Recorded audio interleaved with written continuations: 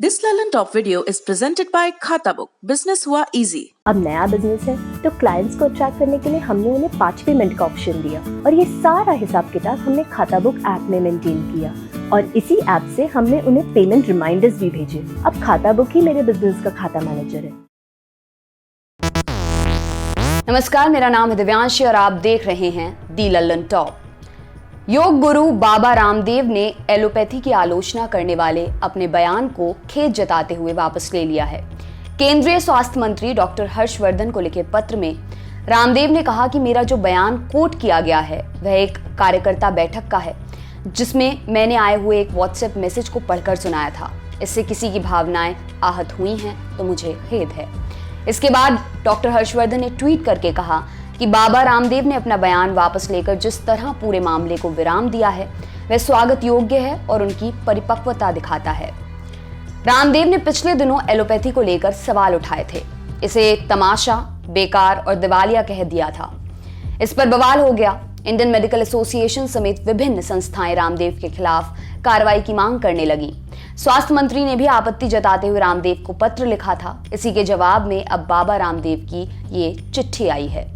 रामदेव ने डॉक्टर हर्षवर्धन को पत्र में लिखा, हम आधुनिक चिकित्सा विज्ञान और एलोपैथी के विरोधी नहीं हैं। हम मानते हैं कि जीवन रक्षा प्रणाली और शल्य चिकित्सा के विज्ञान में एलोपैथी ने बहुत प्रगति की है, मानवता की सेवा की है। योग गुरु ने आगे कहा कि किसी भी चिकित्सा पद्धति की गलतियों को बताना उस पर हमले के तौर पर नहीं लिया जाना चाहिए। ये विज्ञान का विरोध नहीं है, लेकिन एलोपैथी डॉक्टरों को भी भारतीय चिकित्सा विज्ञान, आयुर्वेद और योग का निरादर नहीं करना चाहिए। इससे भी करोड़ों लोगों की भावनाएं आहत होती हैं।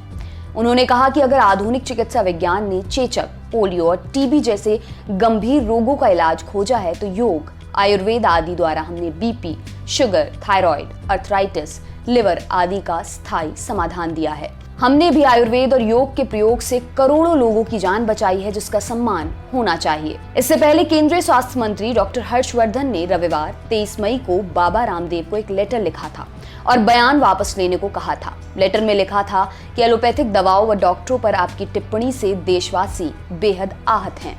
देशवासियों के लिए कोरोना के खिलाफ दिन रात युद्धरत डॉक्टर और अन्य स्वास्थ्यकर्मी देवतुल्य हैं।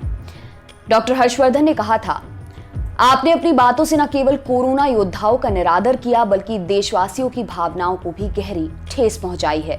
आपने पहले जो स्पष्टीकरण जारी किया है वह लोगों की चोटिल भावनाओं पर मरहम लगाने में नाकाफी है। आपका ये कहना बेहद दुर्भाग्यपूर्ण है कि लाखों कोरोना मरीजों की मौत एलोपैथी दवाखाने से हुई। डॉक्टर हर्षवर्धन ने कहा कि आपके द्वारा कोरोना के इलाज में एलोपैथी चिकित्सा को तमाशा, बेकार और दिवालिया बताना दुर्भाग्यपूर्ण है। आज लाखों लोग ठीक होकर घर जा रहे हैं। देश में अगर कोरोना से मृत्यु दर सिर्फ 1.13% है और रिकवरी रेट 88% से ज्यादा है तो उसके पीछे एलोपैथी और उसके डॉक्टर्स का अहम योगदान है।